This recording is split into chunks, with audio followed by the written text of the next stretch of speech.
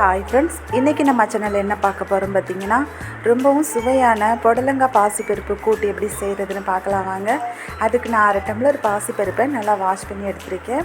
இது கூடவே காரத்துக்கு தகுந்த மாதிரி 2 பச்சை மிளகாய் எடுத்திருக்கேன், 10 சின்ன வெங்காயம் எடுத்திருக்கேன், 4-5 பல் பூண்டு எடுத்திருக்கேன். இது கூட ஒரு பெரிய சைஸ் தக்காளியை எடுத்திருக்கேன்.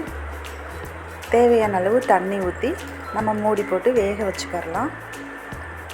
இந்த அளவுக்கு வெந்ததும் நம்ம கட் பண்ணி வச்சுருக்க புடலங்காய் இதில் சேர்த்துக்கலாம். நான் பாசிப்பருப்பை ரொம்ப கொலைய வேக வைக்கலை, அரை பக்குவத்துக்கு தான் வேக வச்சுருக்கேன்.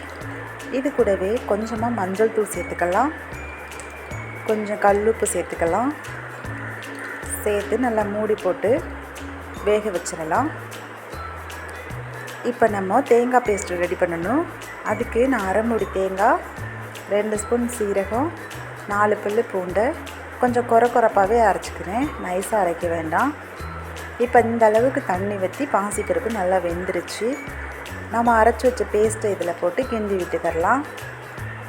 புடலங்காயும் ரொம்ப கொலைய வேக வச்சிடக்கூடாது, ஒரு 3/4 பக்குவம் வெந்தால் போதும். இந்த அளவு வரையில் நம்ம தாளிப்புக்கு ரெடி பண்ணிக்கிறலாம். இதுக்கு ஒரு கடாயில் தேவையான எண்ணெய் ஊற்றி கொஞ்சம் கடுகு சேர்த்துக்கலாம்.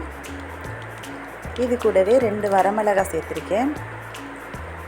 நம்ம பாசிப்பருப்பு வேக வைக்கையிலே 2 பச்சை மிளகாய் சேர்த்தனால நான் வரமிளகாய் கம்மியாக தான் எடுத்திருக்கேன். கருவேப்பிலை சேர்த்து நம்ம வேக வச்சுருந்த கூட்டை இதில் போட்டுக்கலாம். இப்போ நல்லா கிண்டி விட்டுக்கலாம். இப்போ மிகவும் சுவையான புடலங்காய் பாசிப்பருப்பு கூட்டு ரெடி ஆயிடுச்சு. நீங்களும் ஒரு டைம் ட்ரை பண்ணி பார்த்துட்டு எப்படி இருக்குன்னு கமெண்டில் சொல்லுங்கள். இந்த மாதிரியான ரெசிபி பார்க்க மறக்காமல் நம்ம சேனலை சப்ஸ்கிரைப் பண்ணிக்கோங்க. அடுத்த வீடியோவில் பார்க்கலாம். பாய்.